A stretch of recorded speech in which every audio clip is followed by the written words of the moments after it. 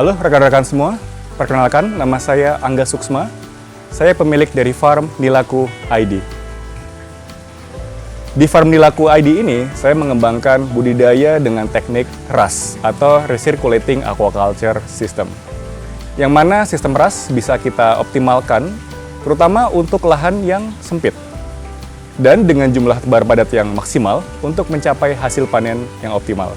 Sistem RAS sendiri merupakan sistem yang sangat cocok untuk diaplikasikan untuk teman-teman semua yang tertarik memulai budidaya ikan, terutama di lingkungan perkotaan. Karena sistem RAS tidak memerlukan lahan yang luas, karena kita fokus kepada tebar padat dengan kepadatan mencapai 200 ekor per kubiknya. Dan dengan sistem RAS, kita juga memiliki banyak waktu luang agar kita masih bisa menggunakan waktu kita untuk kegiatan lain. Kemudian sistem RAS ini, pada dasarnya sistem RAS ini merupakan sistem yang mirip dengan akuarium, tapi dengan skala yang lebih besar. Salah satu teknik budidaya yang saya kembangkan, karena saya sendiri masih bekerja sebagai karyawan swasta, yang mana saya tidak memiliki banyak waktu saya sudah habis seharian full, dari jam 8 pagi hingga jam 5 sore, dan saya hanya memiliki waktu di weekend. Dengan sistem RAS, saya bisa melakukan maintenance cukup hanya 1 minggu sekali, sehingga waktu saya masih bisa saya fokuskan untuk melakukan kegiatan yang lain. Sistem RAS sendiri merupakan teknik budidaya yang fokus di area sistem filtrasinya. Yang mana sistem filtrasi ini akan bekerja untuk menetralisir jumlah amonia yang ada di dalam kolam. Jadi pada dasarnya, ikan-ikan setelah kita beri pakan akan mengeluarkan amonia, baik dalam bentuk kotoran ikan maupun dalam bentuk urin. Kemudian kotoran-kotoran ini akan kita saring dan kita alirkan ke area filtrasi. Yang mana kemudian ada beberapa komponen filtrasi, salah satunya adalah pre-filter, filter mekanis, filter biologis, pH buffer, dan sump tank. Lalu dari sump tank, air akan kita alirkan kembali ke kolam-kolam budidaya. Jadi pada dasarnya sistem RAS adalah sistem yang otomatis atau closed cycle, sehingga tidak dipengaruhi oleh faktor eksternal seperti cuaca.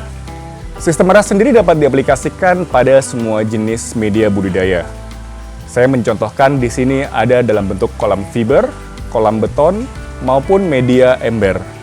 Untuk teman-teman yang masih pemula dan tertarik untuk memulai budidaya dengan sistem RAS, saya menyarankan untuk memulainya dari yang skala kecil terlebih dahulu dan menggunakan media yang mudah didapat. Contohnya dengan media ember. Teman-teman cukup menyediakan ember dengan kapasitas satu embernya sekitar 120 liter, sebanyak 4 buah, lalu dilengkapi dengan ember-ember kecil sebanyak 5 buah yang akan berfungsi sebagai sistem filtrasinya. Nanti kalau teman-teman sudah terbiasa mengolah air, memelihara ikan di dalam sistem RAS dengan skala ember yang kecil ini, teman-teman bisa menggunakan konsep yang sama, cuman skalanya dibuat menjadi besar.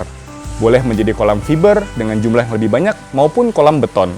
Tapi pastikan teman-teman sudah mengerti dengan tepat dulu bagaimana cara kerja sistem RAS, agar ketika teman-teman memulai dalam skala yang lebih besar, teman-teman sudah pasti yakin bahwa semuanya akan berjalan dengan baik untuk meminimalisir kerugian dari kematian ikan. Untuk skala RAS yang paling kecil, saya contohkan di sini budik damber atau budidaya ikan dalam ember. Teman-teman cukup menyediakan modal awal sebesar 4 juta sebagai biaya investasi. Namun teman-teman di sini 4 juta ini akan berharga sekali untuk teman-teman bisa merasakan manfaat dari belajar sistem RAS supaya bisa dikembangkan lebih lanjut. Jadi, jangan berpikir bahwa 4 juta ini akan meluap begitu saja, tapi anggap saja 4 juta ini adalah sarana teman-teman mempelajari sistem RAS dengan sesungguhnya, sampai teman-teman yakin tahu cara kerja sistem RAS agar teman-teman bisa mengaplikasikannya dengan skala yang lebih besar lagi. Hasil panen yang bisa teman-teman dapatkan dari budik damber dengan 4 ember dengan kapasitas 120 liter, teman-teman itu bisa meletakkan satu embernya sebanyak 25 ekor ikan. Jadi jika teman-teman memiliki 4 buah ember, teman-teman bisa memelihara hingga 100 ekor ikan. Sebagai contoh, jika 100 ekor ikan ini semua berhasil dipanen dengan ukuran panen 1 kilo isi 5, maka dari 100 ekor ini teman-teman bisa mendapatkan hasil panen sekitar 20 kilo. Dengan 20 kilo ekor ikan hasil panen ini, saya rasa untuk dijual agak sedikit sulit karena teman-teman pasti harus menyediakan satu siklus berikutnya ketika ada orang yang ingin melakukan pembelian. Saran saya, 20 kilo ini teman-teman bisa manfaatkan untuk teman-teman konsumsi pribadi. Ini merupakan salah satu penghematan yang teman-teman bisa lakukan karena sebagai ketahanan pangan keluarga teman-teman, jadi teman-teman tidak perlu beli ikan lagi di luar. Setelah teman-teman terbiasa dengan melakukan sistem RAS di budik damber, jika teman-teman ingin memperluas hasil usaha teman-teman, teman-teman bisa membesarkan lagi skalanya ke kolam fiber maupun kolam beton. Tentunya pastikan bahwa teman-teman sudah memiliki pasar terlebih dahulu, agar teman-teman tahu persis kemana hasil jual ikannya. Dengan sistem RAS ini, teman-teman bisa tebar padat hingga 200 ekor per kubiknya. Dan air yang ada di dalam kolam RAS itu tidak pernah diganti.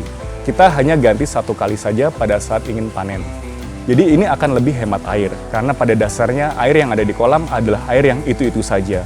Air yang dialirkan dari kolam menuju filter, lalu kemudian didorong kembali menuju kolam. Dengan budidaya menggunakan sistem RAS, saya bisa memberi masukan terutama dari hal bibit.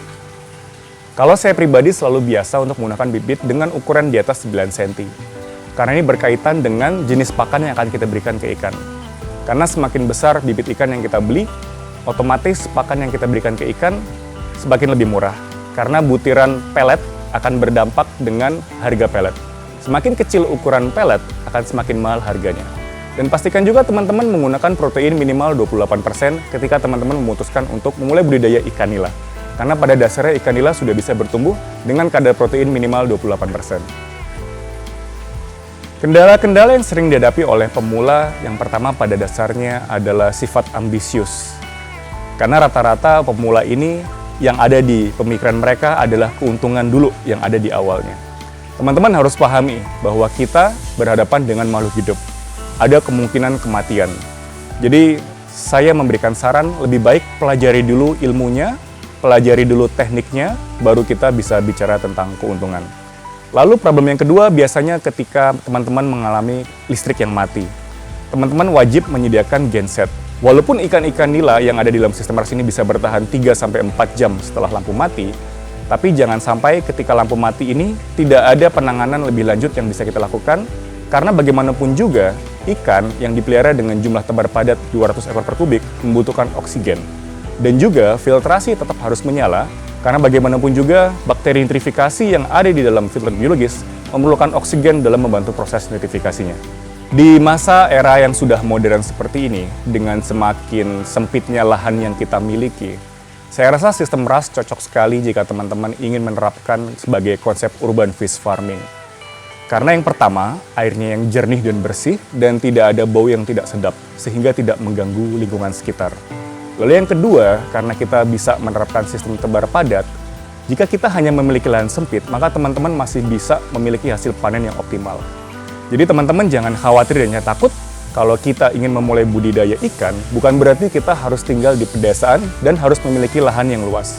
Karena dengan lahan yang seadanya pun, lahan belakang rumah, teman-teman bisa optimalkan dengan menggunakan budidaya ikan dengan sistem RAS. Untuk teman-teman semua, jangan takut untuk memulai budidaya ikan. Budidaya ikan bisa dilakukan oleh semua orang, terutama sistem RAS. Tidak ada proses maintenance perawatan air secara khusus untuk sistem RAS. Dan ini membuat sistem RAS bisa diaplikasikan untuk semua usia dan untuk semua kalangan. Jadi teman-teman jangan ragu, silahkan mempelajari teknik sistem RAS yang benar, lalu aplikasikan di tempat tinggal teman-teman kalian, dan rasakan manfaatnya terutama pada saat teman-teman menikmati hasil panennya.